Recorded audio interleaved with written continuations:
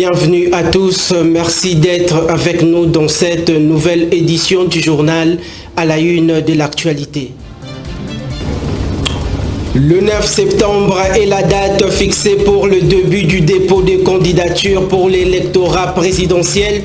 Une panoplie des critères à remplir incluant l'âge, la nationalité congolaise d'origine et l'expérience. La ville de Goma en ébullition, au moins 8 morts et une vingtaine de blessés, bilan provisoire à la suite d'une manifestation anti-Monisco non autorisée par le maire de la ville. Ce mercredi 30 août, l'on célèbre la journée internationale de personnes disparues involontairement ou peut-être forcées, une opportunité de s'attaquer à ces problèmes qui est une tragédie.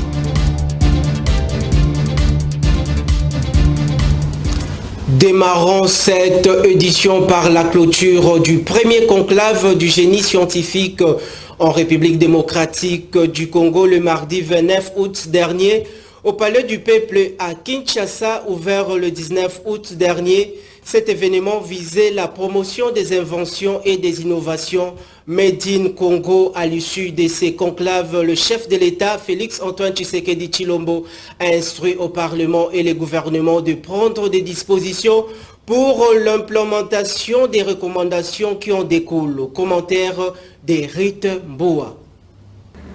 Ce conclave a été le moment par excellence pour évaluer notre capacité de prise en main des leviers de commande scientifiques et technologiques de notre économie. Il revient dès lors au Parlement et au gouvernement de prendre sans tarder, chacun en ce qu'il concerne, les dispositions requises pour l'implémentation des recommandations pertinentes élaborées par le conclave. La loi des finances 2024 devra refléter clairement cet impératif à travers le taux du budget alloué au ministère de la Recherche scientifique et innovation technologique qui ne devra pas être inférieur à 3% du budget national global. Ce pourcentage devra progressivement être majoré jusqu'à atteindre un taux digne des ambitions légitimes de la République démocratique du Congo. À vous, chers génies congolais, ainsi que les membres du monde scientifique et académique, je vous prie de recevoir mes encouragements en même temps que mon soutien dans vos œuvres. Au registre présidentiel, restons-y, le chef de l'État Félix Antoine Tshisekedi Tshilombo a procédé à Kinshasa à la pose de la première pierre de la construction du bâtiment qui abritera la salle d'audience de la Cour constitutionnelle. 65% des travaux sont financés par le gouvernement congolais avec un appui du programme des Nations Unies pour le développement à 35%. Regardez. Situé au croisement des avenues Kaouka et Kaloumé au quartier royal dans la commune de la Gombe, le bâtiment qui abritera la salle d'audience de la Cour constitutionnelle aura un rez-de-chaussée, une misaine, une grande salle d'audience, deux bureaux et d'autres espaces de travail répartis sur 4 étages. Cela grâce à l'initiative du chef de l'État Félix Tshisekedi de construire un nouveau édifice dans cette institution qui est la seule juridiction qui peut juger les présidents de la République et le Premier ministre. Ce bâtiment aura la forme pyramidale inspirée du volcan Nyiragongo afin de valoriser le relief volcanique de la RDC et mettre en exergue le caractère exceptionnel des décisions prises par cette Cour. Notons que la pose de la première pierre a eu lieu mardi dernier par le garant de la nation qui veut donner à la plus haute instance judiciaire du pays des espaces de travail qui lui permettent de mieux exercer sa mission. Quant aux travaux qui vont durer entre 8 et 10 mois, 65% sont financés par le gouvernement congolais, 35% avec un appui financier du programme des Nations Unies pour le développement. La Cour constitutionnelle est l'une des cours au sommet de l'ordre judiciaire congolais avec la Cour de cassation et les conseils d'État. Elle exerce le pouvoir du juge constitutionnel et ses décisions sont irrévocables. Prenons le processus électoral en RDC. Sachez que 5 conditions d'éligibilité sont posées à l'électorat présidentiel en République démocratique du Congo, notamment être des nationalités congolaises d'origine, âgé de 30 ans ou plus ou jouir de la plénitude de ses droits et civils et politiques. C'est les communiqués de la Commission électorale nationale indépendante qui les renseigne. Suivez. Conformément au calendrier publié par la Commission électorale nationale indépendante depuis le 26 novembre de l'année dernière, la convocation de l'électorat pour l'élection présidentielle est prévue en date du 1er septembre prochain, dont les bureaux de réception et de traitement des candidatures est installé à Kinshasa au siège de la CENI, qui sera ouvert à partir du 8 au 9 septembre de l'année en cours, précise les communiqués de cette institution d'appui à la démocratie.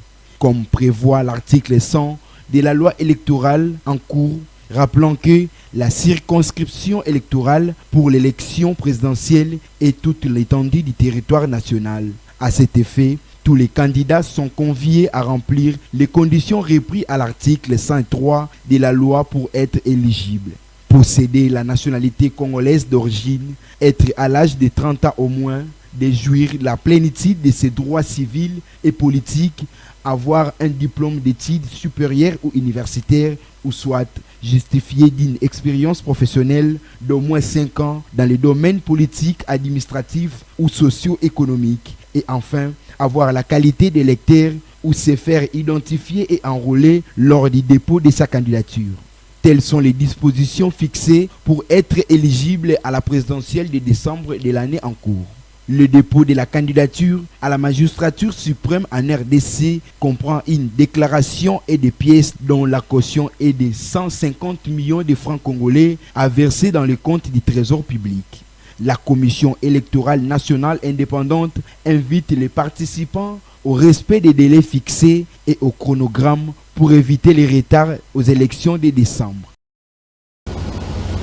Au sujet d'une quelconque révision de la Constitution avant les échéances électorales de cette année en cours en République démocratique du Congo, Jean-Félix Senga rejette catégoriquement cette proposition de loi du professeur Ndayouel qui estime inopportune à la veille d'un fiasco électoral grave de la CENI. Regardez. Vous allez prendre le sort de tout un pays, le remettre entre les mains des députés nommés pour en faire quoi? Qui n'a pas vu les théâtres que ces députés nous ont présentés à l'Assemblée nationale? Ils ont été ballottés à tout vent, ils se sont fait vendre à vil prix, et on leur a payé des palissades, de ceci, de cela, on leur a doté de beaucoup de choses pour qu'ils soient au service d'un individu, c'est-à-dire de M. Tshilombo. Ce sont ces députés-là, d'un degré d'inconscience qu'on sait décrire, vous prenez le sort de tout un pays, vous remettez entre leurs mains. Ce serait trop osé, donc nous pensons que ce n'est pas opportun. Nous pensons que même certains axes que le professeur propose dans son projet, je crois que sont vraiment discutables, mais au moment opportun, on pourra en parler, mais ce n'est pas maintenant. Et puis, quel risque encore? Non seulement vous remettez le sort d'un pays entre les mains de ses députés, et vous donnez à M. Tshilombo qui tient à tout prix, pour n'avoir rien fait pour le pays, à rempiler, et vous changez les régimes, vous changez de constitution, l'ancienne tombe, dont il n'est plus astreint à 2 mandats, il se permet encore de venir pour 9 ans. Quelle aventure! Parlons à présent de la coopération RDC-États-Unis d'Amérique. Lucie Tamlin, ambassadeur extraordinaire et plénipotentiaire des USA en poste à Kinshasa, a procédé le lundi 29 août dernier au lancement officiel des travaux de construction de la nouvelle ambassade des États-Unis d'Amérique située sur l'avenue au commandement à Kinshasa dans la commune de la Gombe. Ce nouveau complexe est conclu dans le cadre du projet dénommé Leadership in Energy and Environment. Regardez. Estimé à une somme de 750 millions de dollars et 170 millions pour l'investissement en biens et en services, la construction de la nouvelle ambassade des États-Unis prendra fin en 2028, soit pour une durée de 5 ans.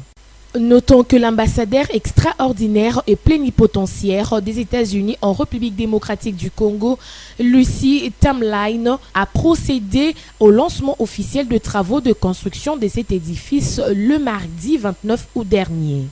Cette activité de lancement s'est déroulée en présence de membres de la communauté diplomatique accréditée en République démocratique du Congo et quelques membres du gouvernement central, notamment le ministre de la Communication et Médias, la ministre en charge de personnes vivant avec handicap, le vice-ministre de la Santé publique ainsi que la conseillère du chef de l'État en matière de jeunesse et lutte contre les violences faites à la femme.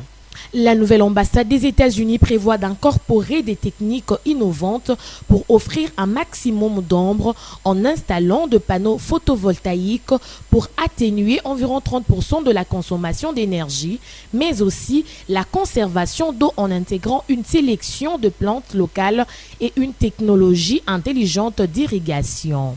Dans son mot, Lucy Tamline a loué les relations diplomatiques qu'entretiennent la République démocratique du Congo et les États-Unis depuis 1958. Par ailleurs, la nouvelle ambassade abritera une collection d'art permanent qui inclura des œuvres créées par des artistes américains et congolais. Ces bâtiments, une fois achevés, va s'étendre sur une superficie d'environ 75 000 km et va offrir de l'emploi à 1600 Congolais. Dotation des ambulances médicales aux forces de la garde républicaine par le gouverneur militaire de la province du Nord Kivu le mardi 29 août dernier. Images et commentaires de nos confrères de la presse du gouvernorat. Suivez. Spécial de la garde républicaine que le gouverneur du Nord Kivu, le lieutenant-général Constant Ndima, a remis officiellement ce mardi 29 août 2023 à Goma dans l'enceinte du gouvernorat. Cette Jeep 4x4 bien équipée vient répondre aux besoins de ces éléments des FARDC déterminés à défendre la patrie jusqu'au sacrifice suprême. De cette ambulance, les dons du chef de l'État, les forces armées de la République démocratique. Donc vous savez,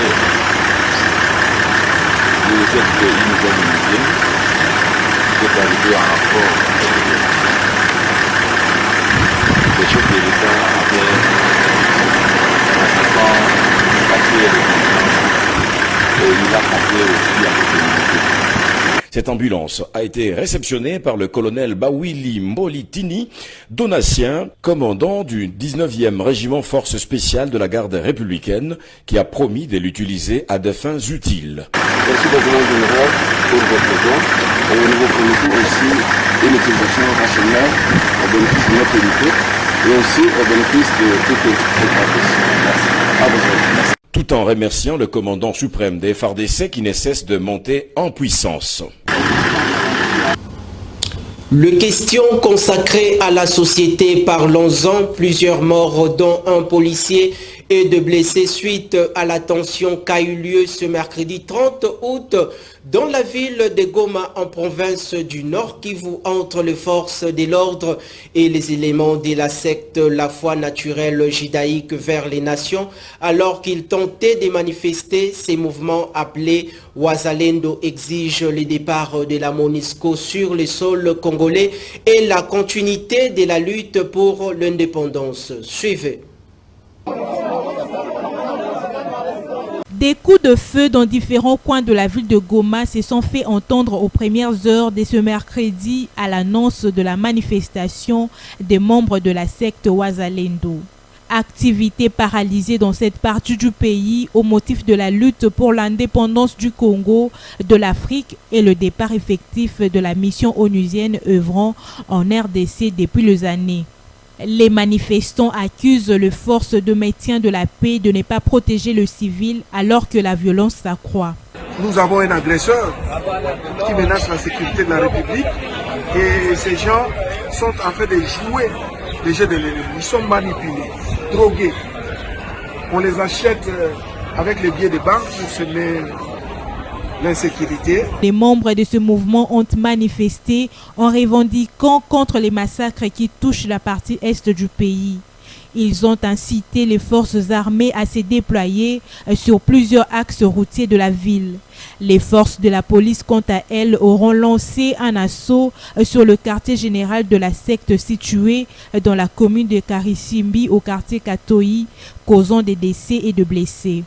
Ces réclamants héritiers du combattant de Patrice Lumumba, la foi naturelle judaïque messianique vers le nation Agano, la Uwezo Waneno en jargon Wazalendo, est une structure pilotée par Ephraim Bissimwa et devenue populaire au Nord Kivu depuis la reprise des affrontements entre le rebelle du 1-23 et le FRDC.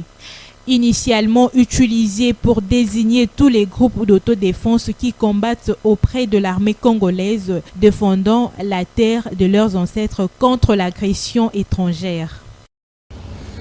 Le monde entier célèbre en ce mercredi 30 août la journée internationale de personnes disparues dans le but de sensibiliser et d'œuvrer en faveur de ceux qui ont disparu sans laisser de traces. Cette journée attire l'attention sur le sort de personnes victimes de disparitions forcées dans de mauvaises conditions et dans les lieux inconnus de leur famille. Jovine Binga nous en dit plus.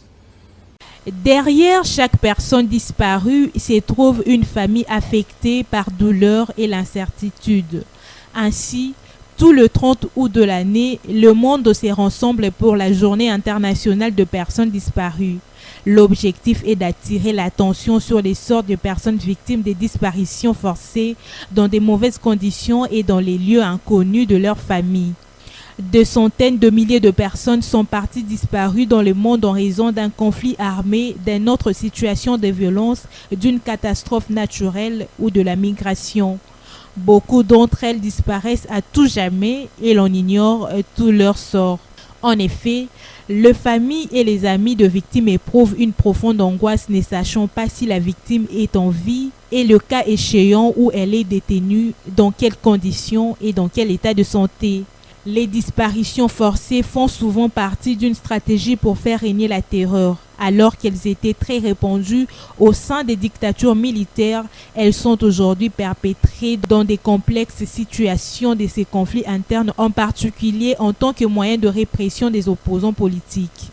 Il y a disparition forcée lorsque des personnes sont arrêtées, détenues ou enlevées contre leur volonté ou privées de toute autre manière de leur liberté par des agents du gouvernement, de quelques services ou à quelque niveau que ce soit qui agissent au nom de ces derniers.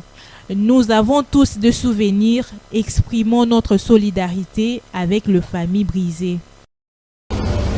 Rendons-nous cette fois-ci en international pour parler de la prise du pouvoir par le militaire ce mercredi 30 août au Gabon après l'annonce de la victoire d'Ali Bongo pour un troisième mandat consécutif. L'armée de la République a procédé à l'annulation des résultats des échéances électorales publiées par la Commission électorale nationale indépendante. Suivez.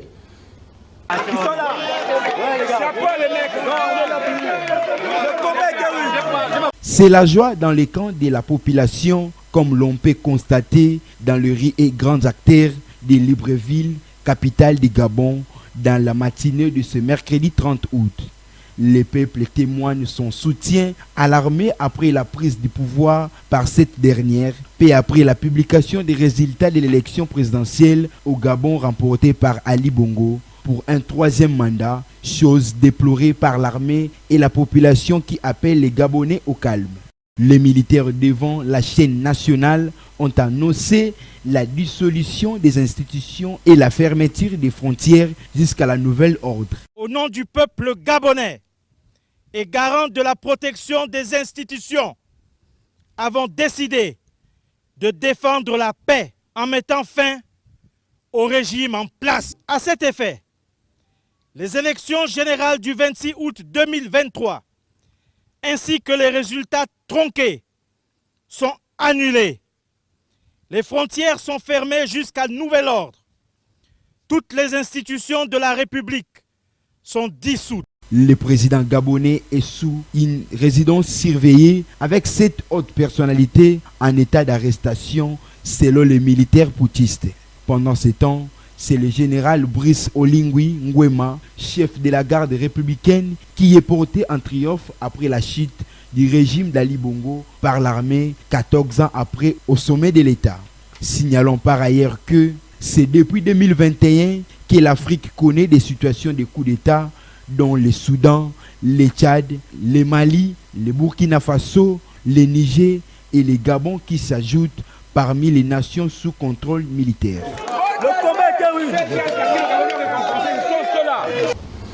Et par ailleurs, du côté de la junte militaire gabonaise, on confirme la mise en résidence surveillée d'Ali Bongo et l'arrestation des autres personnalités proches de ce président gabonais. Regardez. Il est porté à la connaissance de la communauté nationale et internationale que M. Ali Bongo Ondimba est gardé en résidence surveillée. Il est entouré de sa famille et de ses médecins. Les personnes dont les noms suivent sont arrêtées notamment pour haute trahison contre les institutions de l'État, détournement massif des deniers publics, malversation financière internationale en bande organisée, faux et usage de faux, falsification de la signature du président de la République, corruption active, trafic de stupéfiants.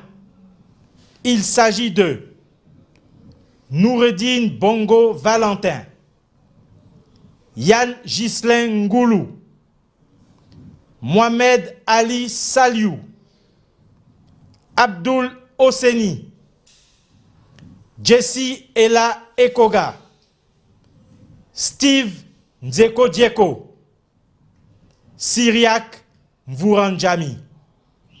Une enquête sera commise par les autorités compétentes et les concernés répondront de leurs actes.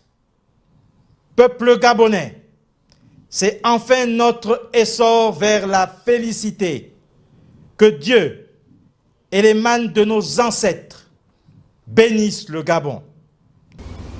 Changeons de chapitre pour aborder la question et entrer à l'évolution des joueurs congolais à l'étranger. Meshak, Elialina et Young Boys de Suisse sont qualifiés à la phase de groupe de la Ligue des champions européenne, un motif de satisfaction qui les a pas laissés indifférents. Suivez. Oui, en fait, c'est immense, c'est immense. Moi, j'espère que ce sentiment, ce n'est pas seulement, c'est pas seulement moi, c'est toute la famille IB. On a la joie d'être qualifié à la phase des groupes parce qu'on a loupé l'année passée et cette fois-ci, on a saisi l'opportunité pour aller à la phase des groupes de la Ligue des Champions. Ce qui a fait la différence aujourd'hui, pour moi, je peux dire, on a joué avec la mentalité solide.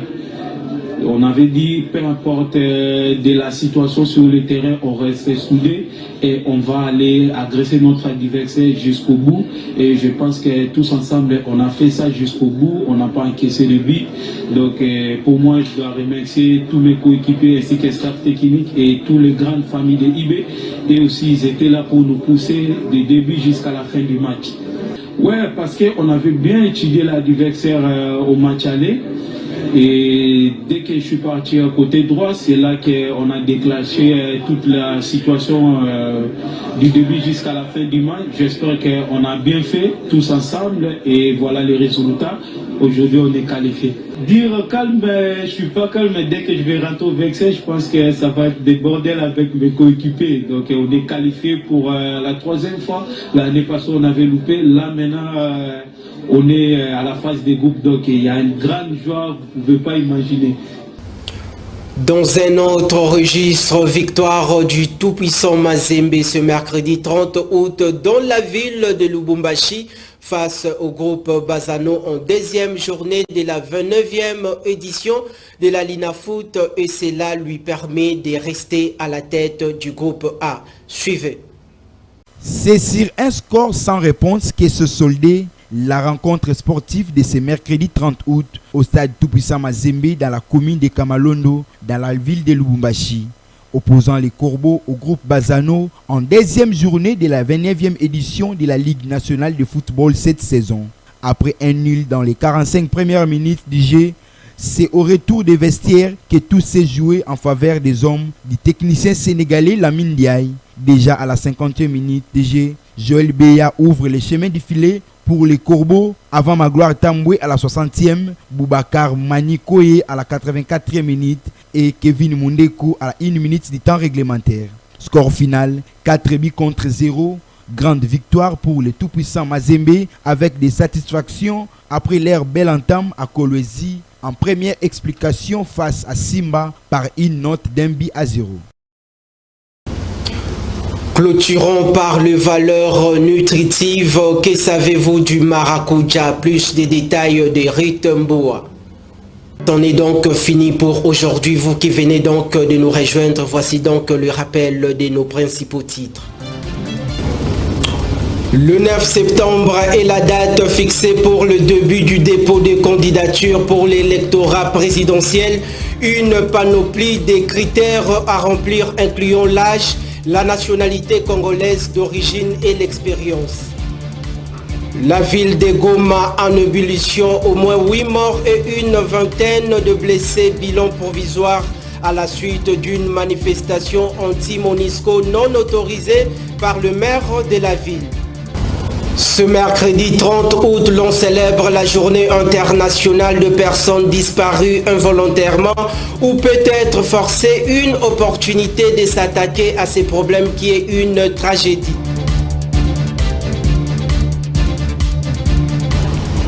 Ce précieux travail est l'œuvre réalisée par la conjugaison des efforts de la rédaction et de la technique. D'ici là, portez-vous bien et bonne suite de programme.